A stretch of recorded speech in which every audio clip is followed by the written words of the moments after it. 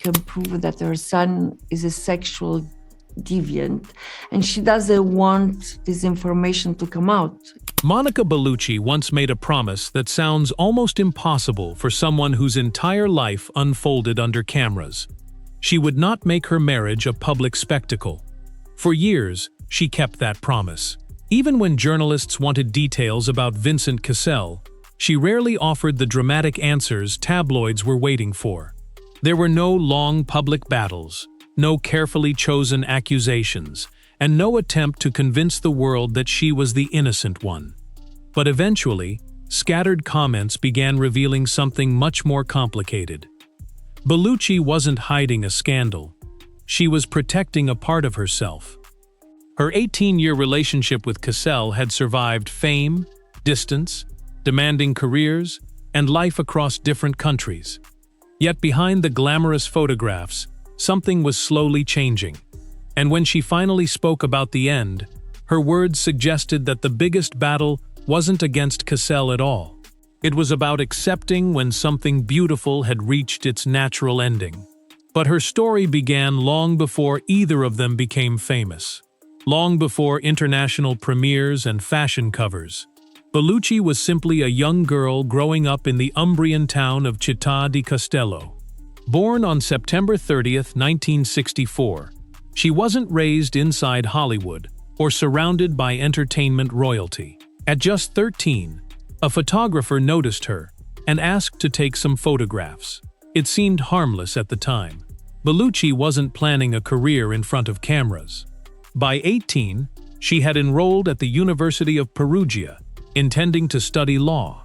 Modeling was supposed to be nothing more than a way to pay her expenses. She worked while studying and treated the fashion world almost like a temporary side job. Then, something unexpected happened. The temporary job began opening doors she hadn't planned to walk through. Milan came next, followed by major agencies and international fashion work. Suddenly, the law career she had imagined was competing with an entirely different future, and that was only the beginning. By the late 1980s, Bellucci had moved to Milan and signed with elite model management. Fashion quickly carried her beyond Italy, putting her on runways and into campaigns across Europe and the United States. She became known for a striking presence that photographers could instantly recognize. But there was one problem. Bellucci didn't want modeling to be the final destination. Acting kept pulling at her. In 1990, she began appearing in Italian productions, slowly learning a craft that was completely different from posing for a camera. She had beauty, but she wanted something more difficult to prove. She wanted range. Then came an opportunity that placed her alongside some of Hollywood's biggest names. Francis Ford Coppola cast her in Bram Stoker's Dracula. Her role was small, but the experience was enormous. She was suddenly standing inside a major international production with Gary Oldman, Winona Ryder, and Keanu Reeves. For Bellucci, that brief appearance did something important. It confirmed that acting wasn't just another career experiment. It was where she wanted to go. Bellucci's transition from model to serious actress wasn't immediate. She continued taking roles and learning from every production, eventually landing an English-language part in Under Suspicion, alongside Morgan Freeman and Gene Hackman. She was nervous. Walking into a room with actors of that stature could make even an experienced performer question herself. But moments like that gradually built her confidence. Then, in 1996, came L'Appartement, and with it came Vincent Cassel. Cassel already had a reputation in France, especially after his breakthrough in La Haine. Bellucci and Cassel were very different personalities, and Cassel initially underestimated her. He later acknowledged that he had assumed her appearance was a major reason she had been cast. Working with her changed that assumption quickly. He discovered that the woman standing opposite him wasn't simply a model trying acting. She was a serious performer. Their professional relationship soon became personal. What began as two actors sharing a film was turning into something neither could easily dismiss. The timing was almost too perfect. In 1997, Bellucci and Cassel appeared together again in Doberman, a violent, stylized crime film that pushed both actors into intense roles. On screen, they played devoted partners caught inside a dangerous world. Off-screen, their own relationship was becoming serious. The contrast made their story even more fascinating. They weren't simply two celebrities who met at a glamorous party and suddenly became a famous couple.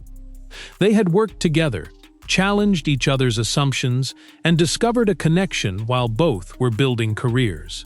Cassel had also spent years trying to establish himself outside the enormous shadow of his father, Jean-Pierre Cassel, a respected French actor. He didn't want to be known simply as someone's son. Bellucci understood what it meant to create an identity of her own, too. By 1999, their relationship had reached another level. They quietly married in Monaco, keeping the ceremony private and avoiding the kind of spectacle their fame could easily have created. At the time, few people could have imagined how long their story would last, or how unexpected its ending would eventually become. Their wedding in 1999 was private, almost deliberately ordinary for two people whose careers were becoming increasingly public. There was no giant celebrity spectacle.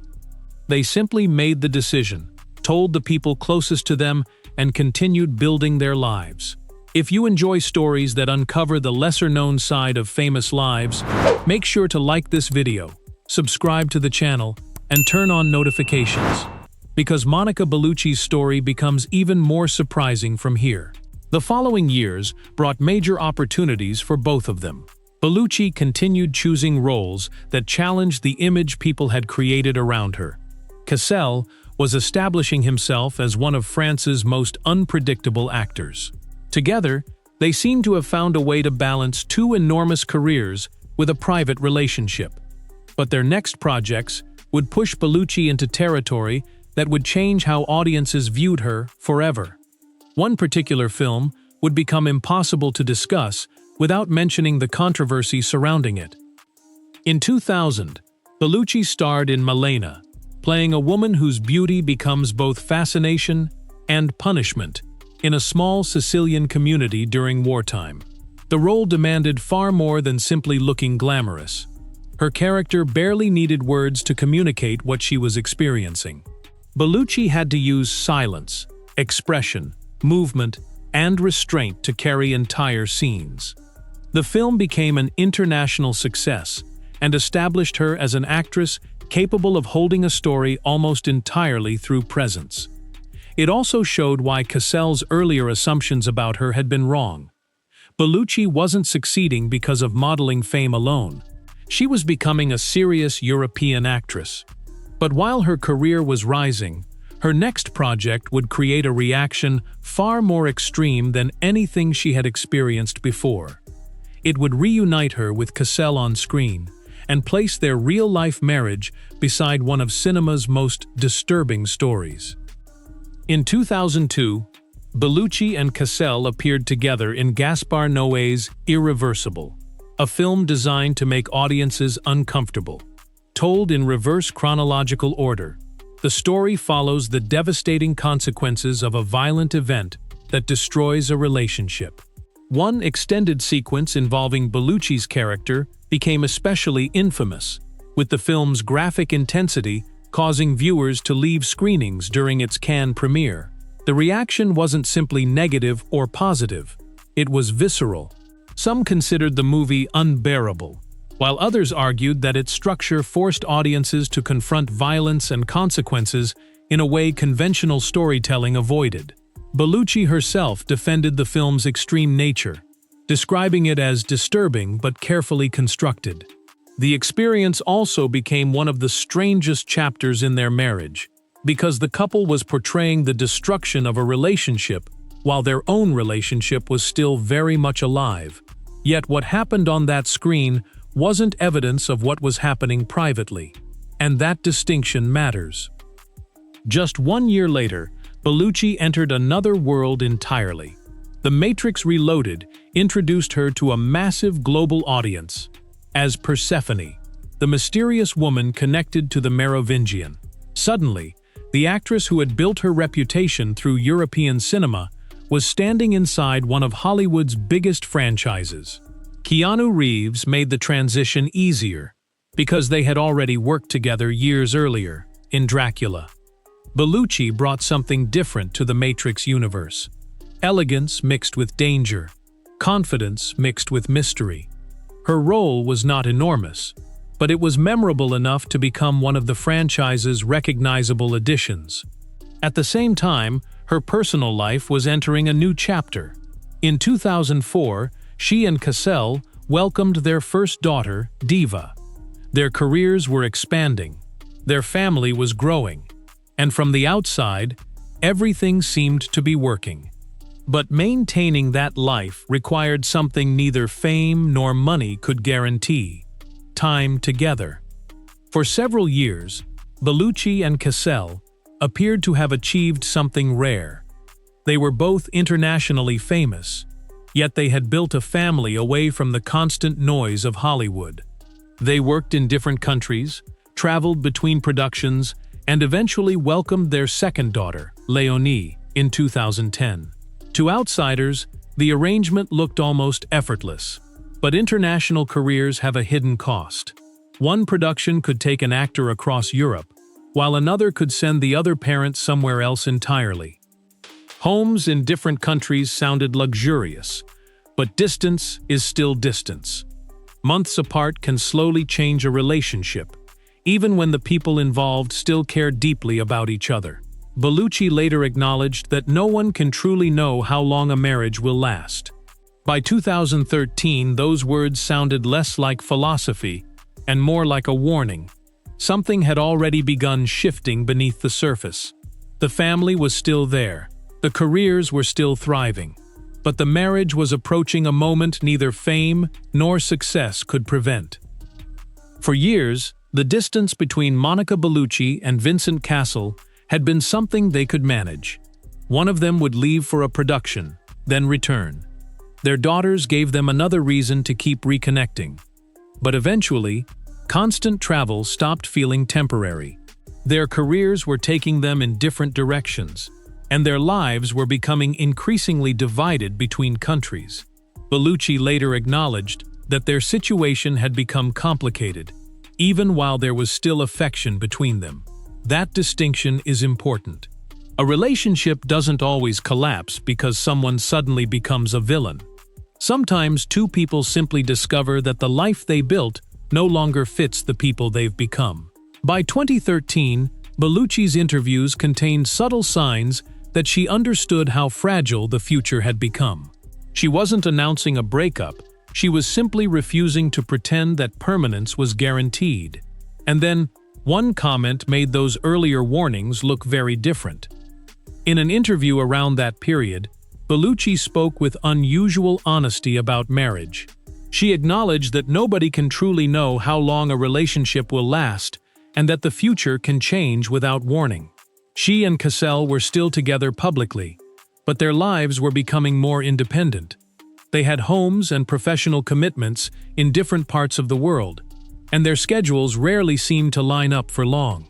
From the outside, owning property across several countries sounded like the ultimate celebrity lifestyle. Behind the scenes, however, it could also mean two people constantly moving in opposite directions.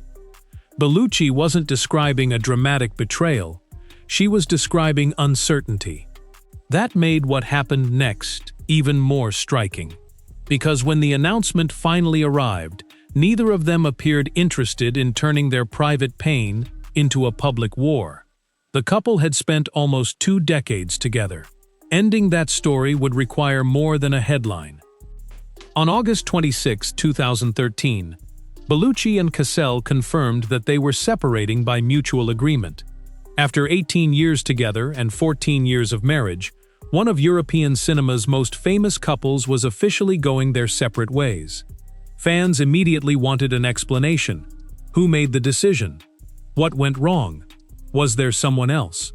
But the couple didn't give the public the dramatic answers it expected. Instead, they kept the details remarkably restrained. There was no public battle over who had suffered more. There was no attempt to destroy the other's reputation. For a relationship that had attracted enormous attention for years, the ending was strangely quiet. And that silence became part of the story itself. Bellucci would eventually explain more about how she viewed the separation, but her perspective wasn't what gossip magazines were hoping to hear. She wasn't preparing to expose Cassel. She was trying to explain what happens when love changes. Bellucci later made it clear that ending a relationship doesn't automatically mean the love disappears. In her view, love can transform, rather than simply vanish. That was perhaps the most revealing part of her explanation. She didn't portray herself as a betrayed woman searching for sympathy. She also didn't suggest that Cassel was solely responsible for the marriage ending. Instead, she acknowledged the pain while accepting that both people had played a role in the relationship and its conclusion. Their daughters remained the priority, and the family connection continued even after the marriage itself ended. That approach made Bellucci's story very different from the celebrity divorce narratives audiences were used to seeing. There was no dramatic courtroom battle dominating headlines, no endless television interviews, just two people accepting that something had changed. But while Bellucci was quietly moving forward, Cassel's next chapter would eventually attract a very different kind of attention. After the separation, Cassel eventually began another highly public relationship. In 2016, he was linked to French model Tina Kounaki, who was considerably younger than him. Their age difference quickly became a talking point, but the relationship continued despite the attention. They married in 2018 and later welcomed a daughter, Amazonie. For a while, Cassel appeared to have entered another settled family chapter. But that relationship eventually ended in 2023. Not long afterward, he was linked to Brazilian model Nara Baptista, again prompting intense online discussion about the age difference between them. It became tempting for fans to connect every later relationship back to Bellucci, but that is where speculation needs to be separated from fact. There is no evidence that Bellucci's marriage ended because of those later relationships. What is undeniable is that their lives followed very different paths after 2013. And Bellucci's next move would make it clear that she had no intention of spending the rest of her life being known simply as Vincent Cassel's former wife. After the divorce, Bellucci could have easily allowed the public to define her by what she had lost. Instead, she seemed determined to do the opposite. She continued speaking about the relationship without turning Cassel into an enemy. Her message remained surprisingly consistent. Sometimes, people can love each other deeply and still reach a point where continuing together no longer works. That perspective required a level of emotional control rarely seen in celebrity breakups. She acknowledged that separation hurt. She didn't pretend the end of an 18-year relationship was painless. But she also refused to turn pain into revenge. Her daughters remained part of the bigger picture, and the family connection mattered even after the marriage ended. In a world where celebrity breakups often become public competitions, Bellucci chose something far less dramatic: moving forward. And then she made a career decision that showed just how far forward she was willing to go. In 2015, Bellucci received an opportunity that challenged one of Hollywood's oldest assumptions about women and age. She was cast as Lucia Chiara in Spectre, making her one of the oldest women to take a prominent Bond role. Bellucci later described the opportunity as significant because it showed that women didn't suddenly stop being desirable or interesting after a certain age. She was 50 when the film arrived, an age when actresses were still often pushed toward supporting roles or written out of romantic storylines entirely. Instead, Bellucci walked into one of the world's most recognizable franchises, opposite Daniel Craig.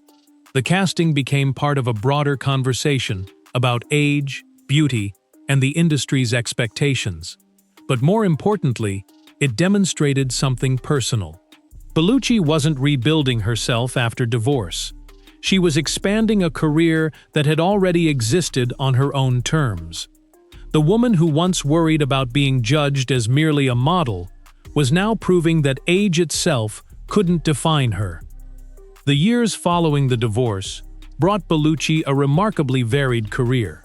She appeared in international films, television projects, and eventually took on demanding theatrical work.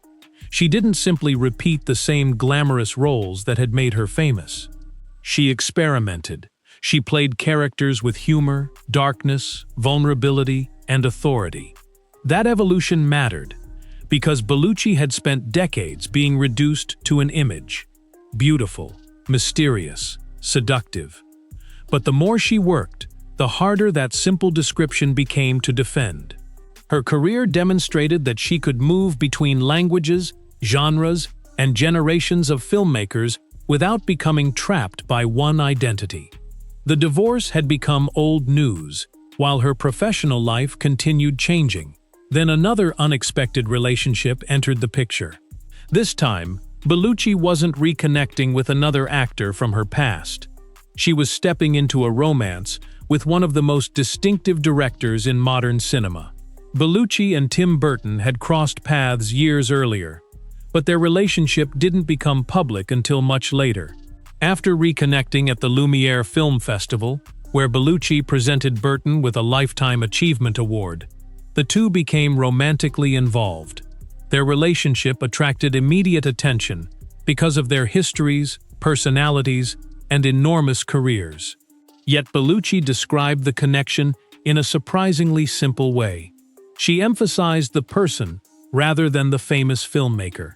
In 2024, the pair appeared together professionally through Burton's Beetlejuice, with Bellucci playing Dolores, a character very different from the roles that had defined her earlier career. For a woman whose private life had been scrutinized for decades, the relationship seemed refreshingly calm. There was no need to recreate the drama of her past. But by 2025, that chapter also came to an end. And once again, Bellucci's response revealed how much her attitude toward love had changed. In September 2025, Bellucci and Burton confirmed that they had separated after their relationship had become public several years earlier. Their statement was notably respectful, with both expressing continued care for each other rather than trading accusations. The contrast with the typical celebrity breakup could hardly have been clearer. Bellucci had now experienced another major relationship ending, yet she still refused to build a public narrative around blame. That consistency says something important about her. She doesn't appear interested in proving that one person was right and the other was wrong. Her approach is much more personal. Appreciate what existed, accept what changed, and keep moving. By this point, the story was no longer about what happened to Monica Bellucci after Vincent Cassel.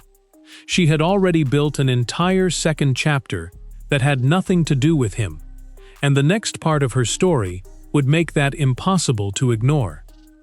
3 years after separating from Vincent Cassel, Bellucci received one of France's highest civilian honors, the Legion of Honor. The timing was striking. While celebrity magazines were still interested in her personal life, France was recognizing something completely different: her contribution to cinema.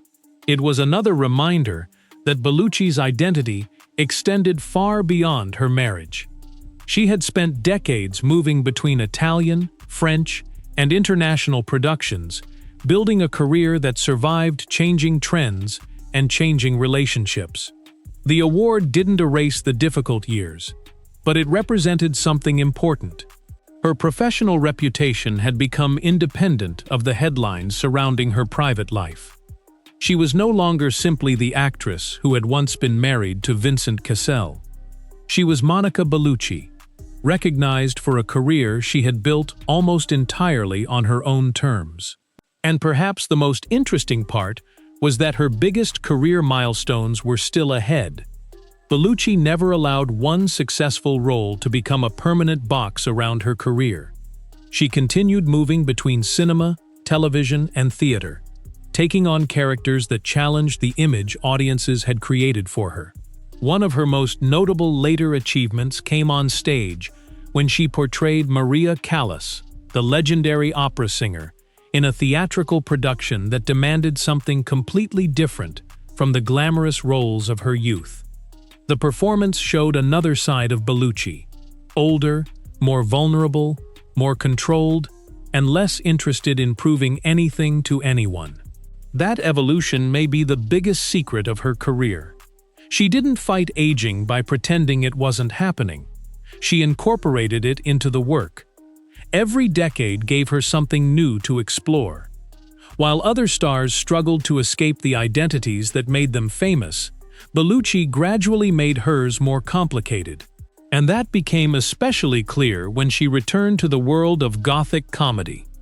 In 2024, Bellucci appeared in Tim Burton's Beetlejuice as Dolores, an undead bride with unfinished business. The casting felt almost perfectly suited to the strange path her career had taken. Bellucci had already become associated with elegance, mystery, and unconventional characters. Now she was stepping into Burton's darkly comic universe decades into her career. More importantly, the film arrived during her relationship with Burton, creating an unusual overlap between her personal and professional lives. But Bellucci didn't need the relationship to make the role meaningful. She had already established herself long before they became a couple. Her appearance in the film instead felt like another chapter in a career that refused to stay predictable. Then, in 2025, her relationship with Burton ended. Once again, the public was left wondering whether another breakup would dominate her story. It didn't. Bellucci had already learned how to move forward without turning an ending into a spectacle. When Bellucci and Burton separated, the response was remarkably different from the questions surrounding her divorce from Cassel. There was no public campaign against either person, no dramatic accusations, no attempt to rewrite years of memories. Instead, the relationship simply reached its conclusion. That makes Bellucci's entire romantic history more interesting than the rumors surrounding it. She has experienced major relationships, marriage, motherhood, divorce, and later love, while consistently refusing to let any single chapter define her. Even the speculation surrounding Cassel's later relationships doesn't change what Bellucci herself has said about their marriage. There is no solid evidence that his later choices explain why their relationship ended. The confirmed story is quieter. Two people built a life, grew in different directions, and eventually accepted that the relationship could not continue in the same form. But there is still one question that remains. Maybe the biggest surprise isn't why Monica Bellucci and Vincent Cassel divorced. Maybe it's what she did afterward. She didn't spend years trying to convince the world that she had won the breakup. She kept working. She raised her daughters. She accepted new challenges. She entered another major relationship, experienced another ending, and still maintained the same sense of dignity. From a teenage modeling opportunity in Italy to international cinema, from Malèna and Irreversible to James Bond and Beetlejuice, her life has never followed a straight line. Cassel became an important chapter, but not the final chapter. And perhaps that's the part people miss when they focus only on the divorce. Bellucci never needed to prove that she was better off without him. Her decades of work already told that story. So, what do you think? Did distance and two demanding careers simply pull them apart? Or was there something deeper neither of them ever wanted to reveal? The answer may belong to them alone.